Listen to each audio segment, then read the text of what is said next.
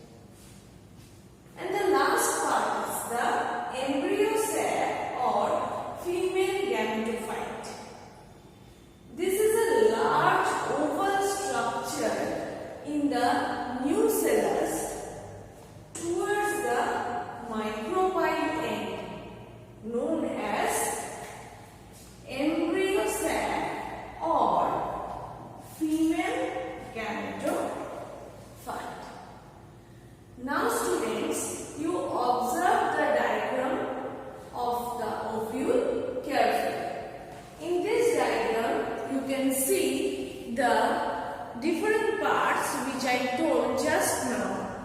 First you observe the funicle. It is present at the base and attaches the ovule to placenta.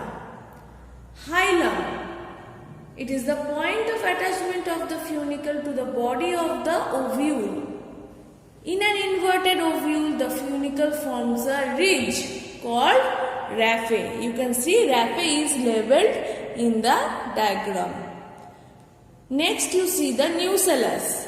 It is the body of the ovule which is made up of a central mass of parenchyma tissue known as nucellus, which has large food reserve. It is enveloped by integuments. Nucellus is enveloped by integuments. Next is the micropyle. Integument encloses the nucellus except at the top where it forms a pore called micropyle. But in this figure you can see the micropyle at the down end, because this is the diagram of an inverted ovule. So you see the micropyle at the down end in this diagram. Next is the chalazal end. Opposite to the micropyle, where the nucellus, the integument and the funicle merges, is the chalazal end. And you can see the large oval structure in the nucellus towards the micropyle end, known as the embryo sac and labeled as embryo sac, or it is also known as the female gametophyte. So students, this is all about the structure or the different parts of an ovule.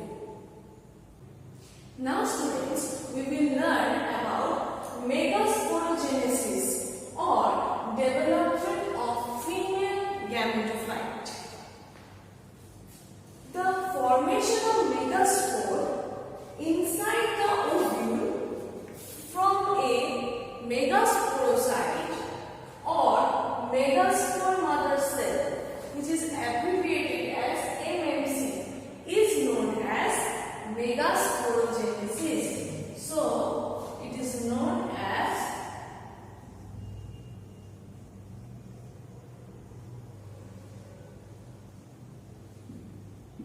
Megasporogenesis. Now, inside the ovule, one hypodermal cell of nucellus becomes differentiated from other by its bigger size, dense cytoplasm